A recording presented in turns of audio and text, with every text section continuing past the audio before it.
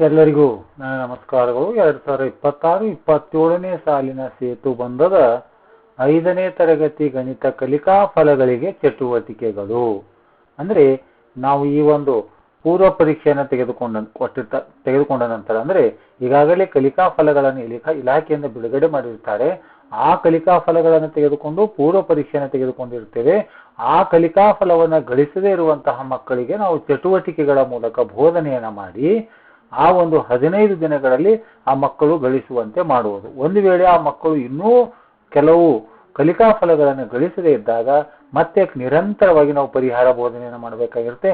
ಹೀಗಾಗಿ ಆ ಒಂದು ಪರಿಹಾರ ಬೋಧನೆಗಾಗಿಯೂ ಕೂಡ ಈ ಒಂದು ಚಟುವಟಿಕೆಗಳ ಒಂದು ವಿಡಿಯೋವನ್ನು ಮಾಡ್ತಾ ಇದ್ದೀನಿ. ನಾನು ಒಂದೊಂದು ಕಲಿಕಾ ಫಲಕ್ಕೆ ಒಂದೊಂದು ಚಟುವಟಿಕೆಯನ್ನು ತೆಗೆದುಕೊಂಡು ಮಾಡ್ತಾ ಇದ್ದೀನಿ. ತಾವು ಇದಕ್ಕಿಂತಲೂ ಇನ್ನೂ ಉತ್ತಮವಾಗಿರ್ತಕ್ಕಂಥ ಚಟುವಟಿಕೆಗಳನ್ನು ತಾವು ಮಾಡಿದ್ರೆ ದಯವಿಟ್ಟು ಕಮೆಂಟ್ ಬಾಕ್ಸ್ನಲ್ಲಿ ತಿಳಿಸಿ ಅಂತ ಹೇಳುತ್ತಾ, ಈಗ 5ನೇ ತರಗತಿ ಗಣಿತದ ಕಲಿಕಾ ಫಲಗಳಿಗಾಗಿ 1ನೇ ಕಲಿಕಾ ಫಲದ ಒಂದು ಚಟುವಟಿಕೆ ನೋಡೋಣ. ಮೊದಲೇ ಕಲಿಕಾ ಫಲವನ್ನು ನೋಡೋಣ.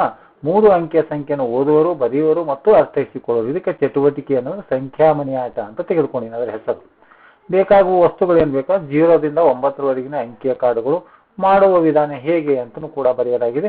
ಯಾವುದೇ 3 ಕಾರ್ಡುಗಳನ್ನು ಯಾದೃಚ್ಛಿಕವಾಗಿ ಆರಿಸಿ ಅವುಗಳನ್ನು ಜೋಡಿಸಿ ಸಂಖ್ಯೆ ಮಾಡುವುದು ಮತ್ತು ಓದುವುದು. 5, 8, 2 ಕಾರ್ಡುಗಳನ್ನು ಆರಿಸಿದರೆ 582 ಸಂಖ್ಯೆ ಆಗುತ್ತೆ. ಇದನ್ನು 582 ಎಂದು ಓದಬೇಕು. ಅಥವಾ ಇದನ್ನ 8 ಈ ಕಡೆ ಇಟ್ಟಾಗ 852 ಅಂತ ಈ ರೀತಿ ಮಕ್ಕಳಿಂದ ಓದಿಸುವಂತಹ ಒಂದು ಚಟುವಟಿಕೆಯನ್ನು ಮಾಡುವಂಥದ್ದು.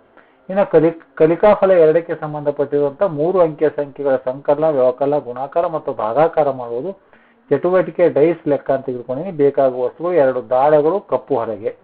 ಮಾಡುವ ವಿಧಾನ: ದಾಳಗಳನ್ನು ಉರುಳಿಸಿ ಬಂದ ಸಂಖ್ಯೆಗಳನ್ನು ಬಳಸಿ 3 ಅಂಕಿಯ ಸಂಖ್ಯೆ ರಚಿಸಿ ಅವುಗಳ ನಡುವೆ ಸಂಕಲನ ಅಥವಾ ವ್ಯವಕಲನವನ್ನು ಮಾಡುವುದು. ಈ ದಾಳಗಳನ್ನು ಉರುಳಿಸಿದಾಗ ಬರುವಂತ ನಂಬರ್ 3 ಸಲ ಅದನ್ನು ಉರುಳಿಸಿ ಬಂದಿರುವಂತಹ ನಂಬರ್ಗಳನ್ನು ಬರೆದು 3 ಅಂಕಿಯ ಸಂಖ್ಯೆ ಮಾಡುವುದು. ಮತ್ತೊಂದು ಸಂಖ್ಯೆನೂ ಅದೇ ರೀತಿ ಮಾಡಿ ಅವುಗಳ ಸಂಕಲನ ಮತ್ತು ವ್ಯವಕಲನವನ್ನು ಮಾಡುವುದು. ಇದೇ ರೀತಿ ಗುಣಾಕಾರ, ಭಾಗಾಕಾರ ಕ್ರಿಯೆಗಳು ಕೂಡ ಮಾಡಿಕೊಳ್ಳಬಹುದು. ಇನ್ನು 3ನೇ ಗಣಿತ ಕಲಿಕಾ ಫಲ: ಗಣಿತದ ಮೂಲ ಕ್ರಿಯೆಗಳನ್ನು ಬಳಸಿ ವಾಕ್ಯ ರೂಪದ ಲೆಕ್ಕಗಳನ್ನು ಬಿಡಿಸುವುದು. ಇದಕ್ಕೆ ಚಟುವಟಿಕೆ ಕಥಾ ಸಮಸ್ಯೆ ರಚನೆ, ಚಿತ್ರಪಟಗಳನ್ನು ತೆಗೆದುಕೊಳ್ಳುವುದು. ಮಾಡುವ ವಿಧಾನ ಏನು? ಒಂದು ಚಿತ್ರವನ್ನು ತೋರಿಸಿ ಅದಕ್ಕೆ ಸಂಬಂಧಿಸಿದ ಕೂಡಿಸುವ ಅಥವಾ ಕಳೆಯುವ ವಾಕ್ಯ ರೂಪದ ಲೆಕ್ಕವನ್ನು ಸಿದ್ಧಪಡಿಸುವುದು. ಉದಾಹರಣೆಗೆ, ರಾಮು ಬಳಿ 150 ರೂಪಾಯಿ ಇತ್ತು, ತಾಯಿ 50 ರೂಪಾಯಿ ನೀಡಿದರೆ ಒಟ್ಟು ಎಷ್ಟು ರೂಪಾಯಿ ಅಂತ ಪ್ರಶ್ನೆಗಳನ್ನು ಕೇಳುವುದರ ಮೂಲಕ ಈ ರೀತಿಯಾದಂತಹ ಚಟುವಟಿಕೆಯನ್ನು ಮಾಡುವುದರ ಮೂಲಕ ಆ ಒಂದು ಕಲಿಕಾ ಫಲವನ್ನು ಕಲಿಸಬಹುದು ಅಂತ. 4ನೇ ಕಲಿಕಾ ಫಲ: ನಿತ್ಯ ಜೀವನದಲ್ಲಿ ಗಣಿತದ ಕ್ರಿಯೆಗಳ ಅನ್ವಯ, ಸಮಯ, ಹಣ ಮತ್ತು ಅಳತೆ.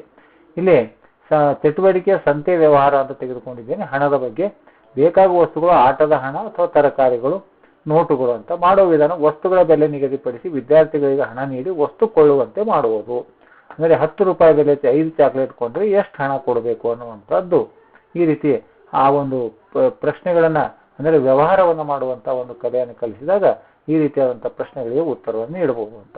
ಇನ್ನು 5ನೇ ಕಲಿಕಾ ಫಲ: ಸ್ಥಾನ ಬೆಲೆಯ ಮೂಲಕ 9999ರವರೆಗಿನ ಸಂಖ್ಯೆಗಳ ಮೌಲ್ಯ ತಿಳಿಯುವುದು ಮತ್ತು ಹೋಲಿಸುವುದು. ಚಟುವಟಿಕೆ ಬೃಹತ್ ಸಂಖ್ಯೆ ರಚನೆ. ಬೇಕಾಗುವ ವಸ್ತುಗಳು 4 ಸ್ಥಾನಗಳಿರುವ ಚಾರ್ಟ್, ಅಂದ್ರೆ ಇದು ಬಿಡಿ, ಇದು 10, 100, 1000 ಈ ರೀತಿ ಇರುವಂತಹ ಚಾರ್ಟ್ ಅನ್ನ ಸ್ಥಾನಗಳಿರ್ತಕ್ಕಂಥ ಚಾರ್ಟ್ ತೆಗೆದುಕೊಳ್ಬೇಕು. ಮಾಡುವ ವಿಧಾನ ಅಂದ್ರೆ ಬೀಜಗಳನ್ನು ಅಥವಾ ಮಣಿಗಳನ್ನು ಬಳಸಿ 1000 ಸ್ಥಾನವರೆಗೆ ಸಂಖ್ಯೆಗಳನ್ನು ಪ್ರವೇಶಿಸುವುದು. ಉದಾಹರಣೆಗೆ, ಬಿಡಿ ಸ್ಥಾನದಲ್ಲಿ 5 ಮಣಿಗಳನ್ನು ಅಥವಾ ಬೀಜಗಳನ್ನು ಇಡುವುದು, 10ರ ಸ್ಥಾನದಲ್ಲಿ ಇಡುವುದಿಲ್ಲ, 100ರ ಸ್ಥಾನದಲ್ಲಿ 3 ಇಡುವುದು. ಈ ರೀತಿ ಇಟ್ಟು ಆ ಸಂಖ್ಯೆಗಳನ್ನ ಜೋಡಣೆಯನ್ನು ಮಾಡತಕ್ಕಂಥದ್ದು. ಅಂದ್ರೆ ಆ ಸಂಖ್ಯೆಗಳನ್ನ ಜೋಡಣೆಯನ್ನು ಮಾಡಿ ಅದನ್ನ ಓದುವಂಥದ್ದು ಮತ್ತು ಅದರ ಸ್ಥಾನ ಬೆಲೆಗಳನ್ನು ತಿಳಿದುಕೊಳ್ಳುವಂಥದ್ದು. ಕಲಿಕಾ ಫಲ 6: ಭಿನ್ನ ರಾಶಿಗಳು ಅಂತಕ್ಕಂಥ 1/2, 1/4, 3/4 ಮತ್ತು ದಶಮಾಂಶಗಳು 0.1, 0.2 ಗುರುತಿಸುವಿಕೆ. ಇಲ್ಲಿ ಆಕೃತಿಗಳ ವಿಂಗಡಣೆ ತೆಗೆದುಕೊಂಡಿದ್ದೇನೆ. ಚಟುವಟಿಕೆ ಬೇಕಾಗುವ ವಸ್ತುಗಳು ಬಣ್ಣದ ಕಾಗದ ವೃತ್ತಗಳು. ಮಾಡುವ ವಿಧಾನ: ವೃತ್ತವನ್ನು 4 ಸಮಭಾಗ ಮಾಡಿ ಅರ್ಧ ಅಥವಾ ಕಾಲು ಭಾಗಕ್ಕೆ ಬಣ್ಣ ಹಚ್ಚುವುದು. 4 ಭಾಗದಲ್ಲಿ 3 ಭಾಗಕ್ಕೆ ಬಣ್ಣ ಹಚ್ಚಿದ್ರೆ ಅದು 3/4 ಮುಕ್ಕಾಲು ಆಗುತ್ತದೆ ಅಂತಕ್ಕಂಥ ಅಂದ್ರೆ ಇದನ್ನ ತೋರಿಸಬಹುದು. 4 ಭಾಗದಲ್ಲಿ 1 ಭಾಗಕ್ಕೆ ಬಣ್ಣ ಹಚ್ಚಿದ್ರೆ ಅದು 1/4. 4 ಭಾಗದಲ್ಲಿ 2 ಭಾಗಕ್ಕೆ ಬಣ್ಣ ಅಂದ್ರೆ 2 ಭಾಗದಲ್ಲಿ 1 ಭಾಗಕ್ಕೆ ಬಣ್ಣ ಹಚ್ಚಿದಾಗ ಅದು 1/2 ಅಂತ ಈ ರೀತಿಯಾದಂತ ಗುರುತಿಸಿ ಮಾಡುವುದು. ಇದೇ ರೀತಿಯಲ್ಲಿ ದಶಮಾಂಶ ಕೂಡ ಇದೆ. ಇದಕ್ಕಾಗಿ ಮತ್ತೊಂದು ಚಟುವಟಿಕೆಯನ್ನು ಮಾಡುವಂಥದ್ದು. ಇನ್ನು 7ನೇ ಕಲಿಕಾ ಫಲ: ಜ್ಯಾಮಿತಿ ಆಕಾರದ ವೃತ್ತ, ತ್ರಿಕೋನ, ಚೌಕ, ಸುತ್ತಳತೆ ಮತ್ತು ವಿಸ್ತೀರ್ಣಪಡಿಸುವುದು. ನನ್ನ ಪುಸ್ತಕದ ಅಳತೆ ಅಂತ. ಬೇಕಾಗುವ ವಸ್ತುಗಳು ದಾರ ಮತ್ತು ಅಳತೆ ಕೋಲು. ಮಾಡುವ ವಿಧಾನ: ಪುಸ್ತಕದ ಸುತ್ತಲೂ ದಾರ ವಿರಿಸಿ ಅದರ ಉದ್ದ ಅಳೆಯುವ ಮೂಲಕ ಸುತ್ತಳತೆ ಕಂಡುಹಿಡಿಯುವುದು. ಒಂದು ಆಯತಾಕಾರದ ಪುಸ್ತಕದ 4 ಬದಿಗಳ ಉದ್ದಗಳನ್ನು ಕೂಡಿಸಿ ಸುತ್ತಳತೆಯನ್ನು ತಿಳಿದುಕೊಳ್ತಕ್ಕಂಥದ್ದು. ಇನ್ನು ಕಲಿಕಾ ಫಲ 8: ಹಣ, ತೂಕ, ಉದ್ದ ಮತ್ತು ಗಾತ್ರಕ್ಕೆ ಸಂಬಂಧಿಸಿದ ಪ್ರಾಯೋಗಿಕ ಸಮಸ್ಯೆಗಳು.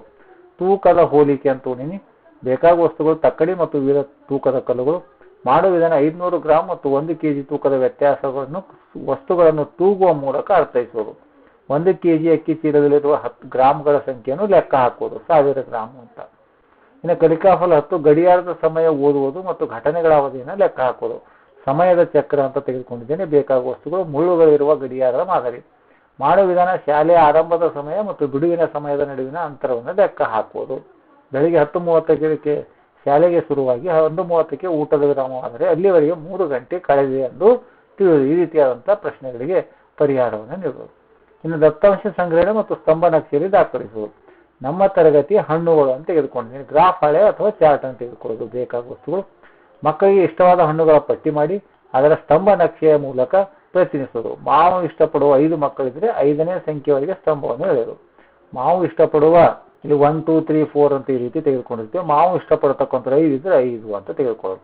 ಮತ್ತೊಂದು ಹಣ್ಣು 3 ಜನ ಇಷ್ಟಪಡ್ತಾ ಇದ್ರೆ 3 ಅಂತ ಈ ರೀತಿ ಸ್ತಂಭ ನಕ್ಷೆಯನ್ನು ರಚನೆ ಮಾಡುವಂಥದ್ದು. ಆದ್ಮೇಲೆ ಈ ರೀತಿಯಾಗಿ ಈ ಒಂದು 4ರಿಂದ 10ನೇ ತರಗತಿವರೆಗಿನ ಗಣಿತ ವಿಷಯಕ್ಕೆ ಸಂಬಂಧಪಟ್ಟಿರುವಂತಹ ಪೂರ್ವ ಪರೀಕ್ಷೆ, ಸಾಫಲ್ಯ ಪರೀಕ್ಷೆ ಮತ್ತು ಪ್ರಶ್ನೆ ಪತ್ರಿಕೆ ಮತ್ತು ಉತ್ತರಗಳ ವಿಡಿಯೋವನ್ನು ಮಾಡಿದ್ದೇನೆ. ಮತ್ತು ಅದೇ ರೀತಿ ಇದು 4ರಿಂದ 10ನೇ ತರಗತಿಯ ಗಣಿತ ವಿಷಯಕ್ಕೆ ಸಂಬಂಧಪಟ್ಟಿರುವಂತಹ ಚಟುವಟಿಕೆಗಳ ವಿಡಿಯೋವನ್ನು ಮಾಡ್ತಾ ಇದ್ದೀನಿ.